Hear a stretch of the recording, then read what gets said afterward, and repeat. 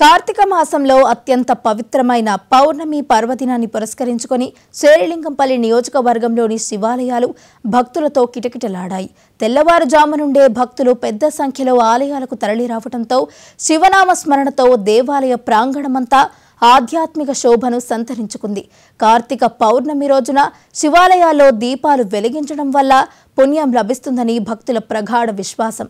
ఈ నేపథ్యంలోనే భక్తులు ఉదయం నుండే ఆలయాలకు విచ్చేసి స్వామివారికి అభిషేకాలు నిర్వహించి 365 వత్తులతో కూడిన కార్తీక దీపాలను వెలిగించారు.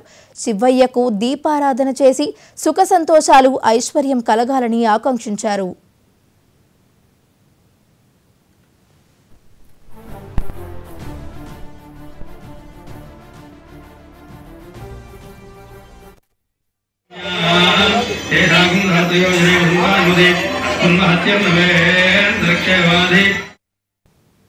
శేరిలింగంపల్లి, మాదాపూర్, గచ్చిబౌలి వంటి ప్రాంతాల్లోని ప్రధాన శివాలయాల వద్ద భక్తుల రద్దీని దృష్టిలో ఉంచుకొని ఆలయ కమిటీలు ఎలాంటి ఇబ్బందులు తలెత్తకుండా ప్రత్యేక ఏర్పాటు చేశారు.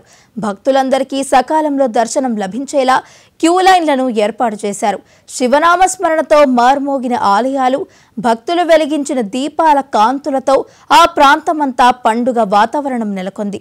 పవిత్రమైన కార్తీక పౌర్ణమి సందర్భంగా స్వామివారికి దర్శించుకోవడం తమ పూర్వజన్మ సుకృతమని భక్తులు హర్షం వ్యక్తం చేస్తున్నారు.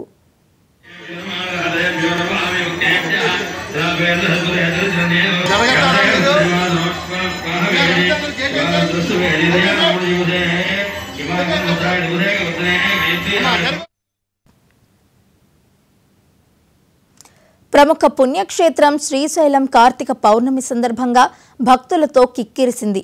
శ్రీ బ్రహ్మరాంబ మల్లికార్జున స్వామి దర్శనానికి భక్తులు వేలాదిగా తరలివచ్చారు. దీంతో స్వామివారి దర్శనానికి సుమారు 2 నుంచి 3 గంటల సమయం పడుతుంది.